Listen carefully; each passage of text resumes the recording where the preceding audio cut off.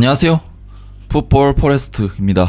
대한민국 대표팀은 2012년 런던 올림픽에서 사상 첫 메달 획득에 성공했었습니다. 특히 마지막 경기가 숙적 일본을 상대로 한 경기였기 때문에 2대0 승리와 동메달 획득은 정말 통쾌했죠. 그런데 이날 경기에서 독도는 우리 땅이라는 피켓을 들고 우리 마음을 더욱 시원하게 만들어줬던 대한민국 대표팀의 한 선수가 있었는데요. 그는 누구일까요?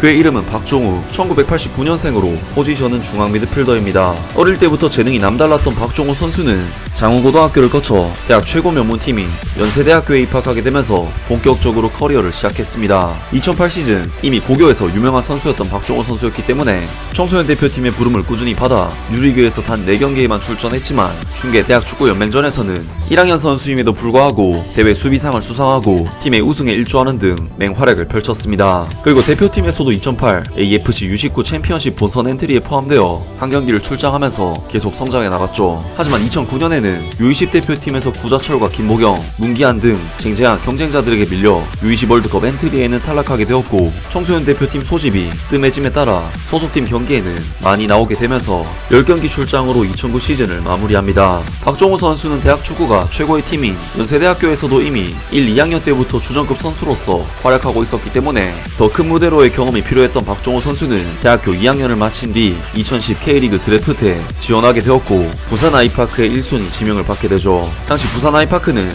황선홍 감독의 부임 이후 슬금슬금 전력을 강화시키면서 김창수, 이승현, 양동현, 한상훈, 이범영 등 상당히 젊고 유망한 선수들을 많이 보유하고 있었는데 중앙 미드필더 자리에는 마땅한 자원이 없었던 터라 황선홍 감독은 평소에도 박종우 선수를 상당히 탐내고 있었죠. 그래도 21살 유망주였던 박종우가 2010 시즌 첫 해부터 바로 주전 자리를 차지해내진 못했고 유호준, 김근철 등에 밀려 백업 미드필더로서 13경기 출전 1도움을 기록합니다. 그리고 2011 시즌 황성훈 감독이 포항으로 떠나고 새로 부임한 안익수 감독은 세대 교체를 단행하기 위해 유호준과 김근철에게 2군행을 지시했고 박종우 선수는 무주공산이 된 부산 미드필더 라인의 붙박이 선수로 자리 잡으면서 시즌 30경기 출전 2골 3도움을 기록합니다. 당시 박종우 선수를 비롯 한상훈과 김창수, 임상엽 등 젊은 선수들의 맹활약으로 부산 아이파크는 리그 5위 자리를 차지하면서 K리그에서 상당한 센세이션을 불러일으켰죠. 박종우 선수는 22살의 어린 나이였음에도 프로 무대에서 30경기나 출전할 수 있다는 것은 굉장히 흔치 않은 경우인 것은 분명했고 결국 박종우 선수는 올림픽을 준비하던 홍명보 감독의 눈에도 들어오게 됩니다. 당시 국가대표팀에도 차출되며 천재 미드필더 소리를 들었던 윤빛가람이 올림픽 대표팀의 주축 미드필더로 활약하고 있었는데 윤빛가람 선수를 주전 선수로 활용하기에는 수비적인 부담이 너무나도 컸고 또 다른 경쟁자 문기한의 경우 FC서울 입단 후 3년 동안 총 16경기 출전에 그칠 만큼 경기 감각이 심각한 상황이었기 때문에 박종우 선수는 올림픽 대표팀에서도 금세 자리를 잡아가기 시작했고 워낙에 클래스가 다른 선수였던 기송용 선수를 제외하면 실질적으로 최후의 경쟁자인 한국영 선수마저 올림픽 대회 직전 부상으로 인해 대표팀에서 하차하게 되면서 박종우 선수는 순식간에 올림픽 대표팀의 주전 미드필더 자리를 차지하게 됩니다. 그리고 시작된 런던 올림픽 박종우 선수는 기성용 선수의 파트너로서 맹활약했으며 한국영 선수의 부재에 대한 아쉬움을 완전히 지워내는 활약을 펼치면서 마침내 3, 4위전에서 일본을 상대로 승리를 거두고 동메달 획득을 달성시키게 되죠. 그리고 그는 한 팬의 피켓을 건네받아 세레머니를 하게 됩니다. 독도는 우리 땅. 그런데 이 세레머니로 인해 생각지도 못한 상황이 발생하게 되죠. 올림픽위원회 IOC에서는 박종우 선수에 대해 정치적인 문구를 사용해 논란을 일으켰다면서 그의 동메달 자격을 박탈시켰고 결국 박종우 선수는 시상식에 참석하지 못하는 사태가 발생하게 된 것입니다. 이는 상당한 논란을 만들어냈고 부당한 처사라는 여론은 확산되었습니다. 결국 2012년 10월 31일 올림픽이 끝나고 2달이 지나서야 박종우 선수의 동메달 자격이 다시 인정되었고 박종우 선수는 400만원의 벌금과 A매치 2경기 출전 정지라는 징계를 받으면서 사건이 일단락됩니다. 지금 생각해도 참 다행스러운 일이었습니다. 박종우 선수의 최근 근황은 어떻게 될까요?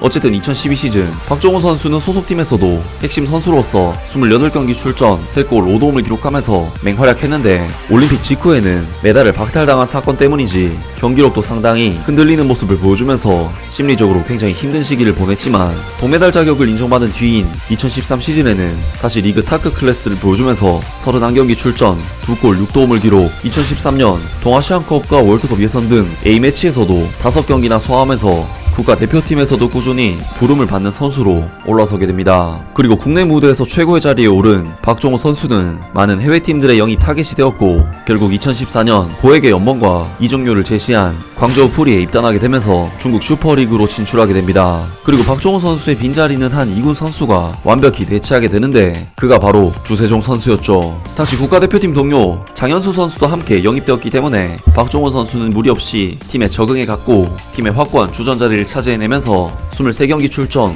1골 5도움을 기록했습니다. 하지만 2014 월드컵 대표팀에서는 다시 한국영 선수에게 밀려 월드컵 무대에서는 단 한 게임도 경기에 나서지 못하면서 대회를 마무리하게 되죠. 2015 시즌에도 박종호 선수는 전반기 11경기를 출전하면서 팀의 주전으로 활약했고 2015년 여름 아랍에미리트 리그의 강자로 손꼽히는 알 자지라에 입단하게 됩니다. 알 자지라에서 박종호는 브라질 국가대표 출신 공격형 미드필더 티아고 네베스의 뒤를 든든히 받쳐주는 역할을 해냈고 팀의 핵심적인 미드필더로서 2015-2016 시즌 23경기 출전 3도움을 기록, 2016-2017 시즌에는 20경기 출전 2도움을 기록, 알 자지라의 아랍에미리트 프로리그 우승을 달성시키면서 박종호 선수는 생애 첫 리그 트로피를 안게 됩니다. 하지만 알 자지라는 시즌 종료 후 우즈베키스탄의 에이스 공격수인 사르도르 라시도프 선수를 영입하면서 아시안 쿼터 자리를 채웠고 결국 2017년 여름 박종호 선수는 우승팀 알 자지라에서 리그 하위권 팀인 에미레이츠 클럽으로 이적을 할 수밖에 없었죠. 에미레이츠는 워낙에 약체팀이었기 때문에 박종호 선수는 당연히 주전 자리를 차지해내면서 21경기 출전 1골 2도움을 기록했는데 2017-2018 시즌 에미레이츠 클럽은 리그 11위를 기록하면서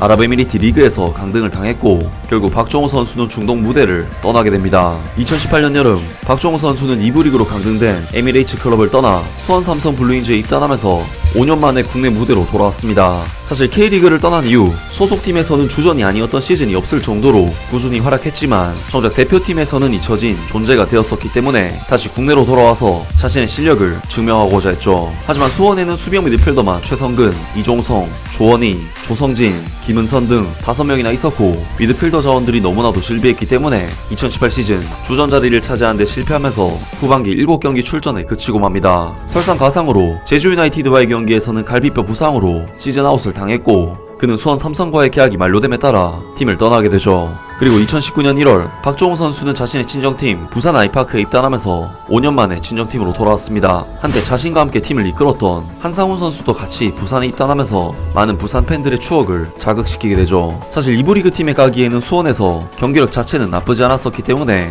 박종호 선수는 팀에 합류하자마자 핵심 선수로 자리 잡았고 부산 아이파크는 박종우, 한상훈, 한지호 등 2010년대 초반 부산 아이파크를 이끌었던 선수들 그리고 제1리그에서 임대 복귀한 이정엽과 그리고 박중관 같이 2010년대 중반 부산을 이끌었던 선수들 그리고 김문환, 김진규, 이동준 같이 2010년대 후반에 팀의 새로운 아이콘으로 자리 잡은 선수들까지 부산의 역사를 함께한 멤버들이 모여 조화로운 팀을 이루었고 거기에 호물로와 디에고, 노보트니 등 외국인 선수들의 빼어난 활약까지 더해지면서 결국 부산 아이파크는 리그 2위 및 승강 플레이오프에서 경남FC를 꺾고 승격을 달성 5년 만에 K리그 1으로 돌아오게 되었고 박종호 선수는 김진규, 호물로 등 공격적인 재능이 뛰어난 미드필더들의 후방을 묵직하게 받쳐주는 역할을 해냈으며 32경기 출전, 2골 6도움을 기록 완전한 팀의 핵심 선수로서 승격에 기여했습니다. 하지만 박종호 선수는 2020 시즌 1부 리그로 승격한 뒤에는 시즌 내내 부상에 시달리면서 단 19경기 출전에 그치는 등 자신의 경기력을 유지하지 못함과 동시에 팀을 지키지 못했고 부산 아이파크는 2020 시즌 5승 10무 12패라는 최악의 성적으로 리그 꼴찌로 강등을 당하고 말죠. 그리고 2021 시즌에는 무릎 외측 인대 파열이라는 더욱 큰 부상에 시달리면서 시즌 내내 거의 선수로서 출전조차 하지 못했고 단 6경기 출전에 그치면서 프로 데뷔 이래 정말 최악의 시기를 보내게 됩니다. 이제는 박종호 선수의 나이도 어느덧 30대 초반을 넘어가고 있는 시점이었기 때문에 더 이상의 부활은 힘들어 보이는 것이 사실이었고 박종호 선수는 이번 2022 시즌에도 주장으로서 팀을 이끌면서 29경기에 출전, 경기 감각은 꽤나 끌어올리긴 했지만 팀의 핵심 선수인 김진규 선수가 이탈한 팀의 중원에서 이렇다 할 활력을 불어넣지 못했고 부산 아이파크는 결국 9승 9무 22패 11개 팀 중 10위라는 이제는 2부 리그에서도 가장 약한 전력을 지닌 팀으로서 큰 하락을 맛보게 되었습니다. 부산 아이파크로서는 호물로, 이동준, 김진규, 이규성 같은 좋은 선수들이 있었던 시기에 하필 강등을 당해버리고 선수들을 내준 것이 정말 두고두고 아쉬운 결과가 되었는데요. 현재 박종훈 선수는 나이가 들고 부상까지 겹치면서 폼 하락이 찾아왔고, 또한 팀의 강등과 강등 이후 추가적인 성적 하락으로 상당히 힘든 시기를 보내고 있지만, 만 33세 아직 미드필더로서는 더 보여줄 것이 남아있는 나이일지도 모릅니다. 제 개인적으로는 그래도 박종훈 선수가 은퇴하기 전 한 번 정도는 다시 자신의 진가를 보여주고 그라운드를 떠나지 않을까 싶은데요. 박종훈 선수의 남은 축구 커리어도 계속해서 응원하겠습니다. 아무튼 오늘 영상은 여기까지고요. 영상 재밌게 보셨다면 구독과 좋아요 그리고 댓글 부탁드립니다. 감사합니다.